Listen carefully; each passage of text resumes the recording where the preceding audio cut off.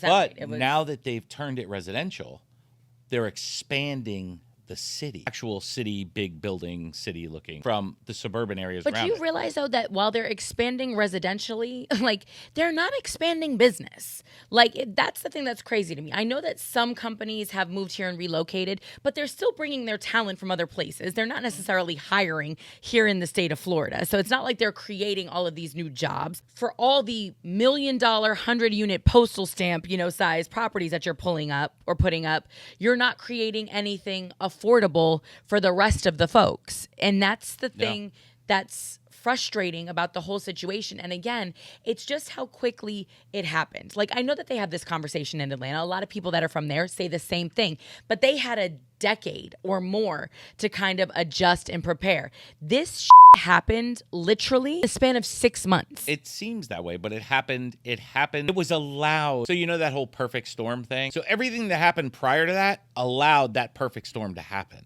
I worked on a project in 2007, maybe.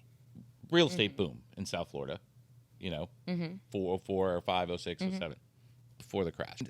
In order for this project to get approved, they had to build affordable housing or allow, all right, I want to build 1,000 units here. A certain amount had to be set aside, right? Inside of a certain amount had to be not necessarily set aside, but you had to build affordable housing in a proximity. So these companies came in, they did and then they'd build something over here in this neighborhood that was not necessarily, desirable. A lot of them never got that project finished. But we also don't have landlords that are looking out for people. And we don't have government You're never going to have landlords that look out for people. You don't have government officials that are looking out for the people of this city, which is why folks were allowed to come here. This wasn't new developments. That people didn't build new developments in 3 months during COVID. No. People were moving down and were literally outbidding people on rent. I've never seen that in my life.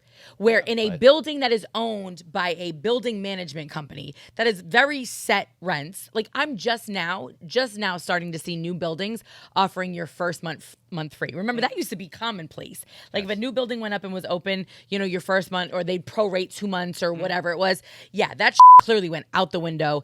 And not only that, but you had people coming in giving cash offers, saying, oh, that unit's $5,500. I'll give you $6,500 cash right now. And they were knocking on a door going, you need to go. The same way we look out for Florida residents when a hurricane is coming and we tell people to report price gouging with gas, that should have been what was happening when it came to rent with buildings. Like, that is price gouging. You're taking advantage of a global pandemic to kick people out of their homes and make a buck. Like, I was one of those people. I had to move out of my building in the middle of all the crazy, not because they were raising my rent, but they wanted to raise my rent, just they didn't want to come out and say that. Yes. Like I told you, they said we had a major issue that needed to be handled because my building was an older building, and they used that as an excuse to get everybody out. So, I mean, I understand how it happened, with the quote unquote undervaluing, especially for being a coastal community, for having the nightlife and all of the things that we have. But there's a cost so great associated with that quick money grab that everybody took.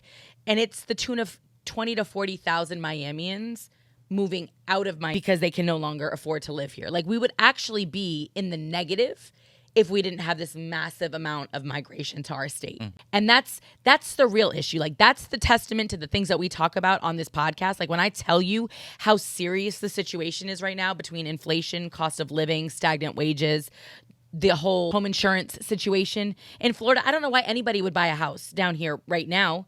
It's so scary to me. The amount of storms that have been swirling around, the amount of damage that just was done on the West Coast again, well, in the Panhandle area, you know what I mean? And you can't get insurance. And now they're basically saying if it's a natural disaster, like, it's wild. The caveats these insurance companies keep throwing in the mix, it's like, so basically, what are you telling me? Like, unless, like, there's nothing that's covered. There's literally nothing. It's like they just want you to pay them a premium to tell you, no, sorry, you're not covered for that. But, when we talk about capitalism and we talk about the American dream, the hope that people hung their hat on was being able to come to this country, start a business, and just provide a better life for their family, right? Whether that was opening a butcher shop or an auto body shop, or, maybe you have bigger dreams like you, Lenny, and you want to have a whole, lifestyle, whatever the case may be.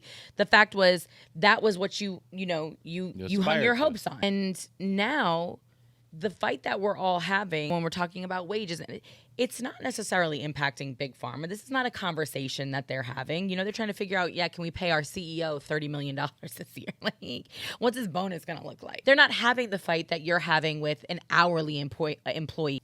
All of this impacts you because if those people that left Miami, those are the people that couldn't afford to stay, right? Those are also the people that you would normally hire to do a lot of your stuff. You're not bringing in necessarily, half employees a year, right? Like that's not like you're that guy. You're the big dog at this point in the company. Like you need the people that, want to provide a good life for their family. Worker bees. You need worker bees. And right now all the worker bees are being driven out. So at that point, what do you say as a small business owner if you're talking to legislators or if you're trying to figure out a workaround? What does that look like for you? It's a tough workaround. Rapid transit from Port Pierce. I mean, it's a shame, but that's what it's starting to look like. You're looking at a Manhattan style of South Florida. Mm-hmm. South Florida is becoming Manhattan. So Manhattan, it is. But Manhattan has rent control.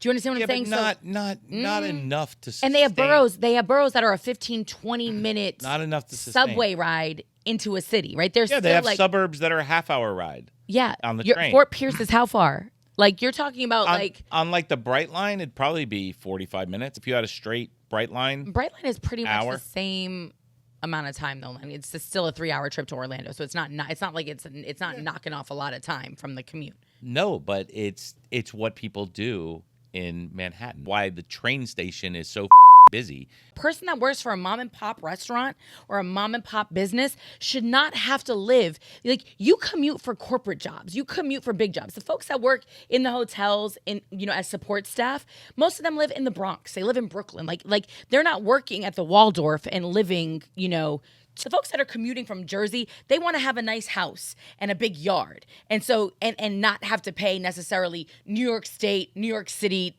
tax on top of everything else, right? So like the folks that are commuting, I mean, I know people that commute from DC to New York, you know what I mean? Like people make those decisions for the right amount of money, but the person flipping burgers at a diner, you want them to commute 2.5 hours? There's no easy fix, Kimmy. You can't tell private landlords that, hey, you can't charge what you can charge. It's not here. It's not. But what I don't understand is how come, so like, again though, even if I'm a developer, why don't people just have good, empathetic souls? Like build your $1 billion building.